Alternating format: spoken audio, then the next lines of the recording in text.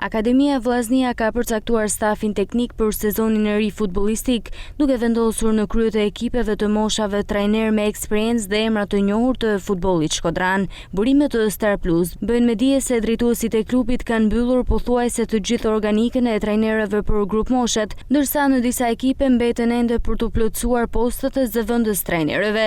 Ekipi U19 do të drejtohet nga Haris Lika me Khaled Hoxhën në rolin e ndihmësit, tek U17 është Haris Dalipi, i cili do të ketë në krah Ivo Shestanin, ndërsa U16 është besuar Valdano Nimanit me Ardit Mesin si zëvendës trajner. Edmond Doçi do të drejtojë ekipin U15, ndërsa emri i ndihmësit të tij pritet të zyrtarizohet në ditët në vijim. Në grup moshën U14 trajner do të jetë Malvin Meçarovi me Cengiz Bandulën si zëvendës, ndërkohë U13 do të drejtohet nga Ylat Birani, ndërsa posti i ndihmës trajnerit mbetet ende vakant. Tek U19 është konfirmuar Safet Osja me Florin Bardullën si ndihmës, ndërsa ekipi U9 do të drejtohet nga Arben Parmeza.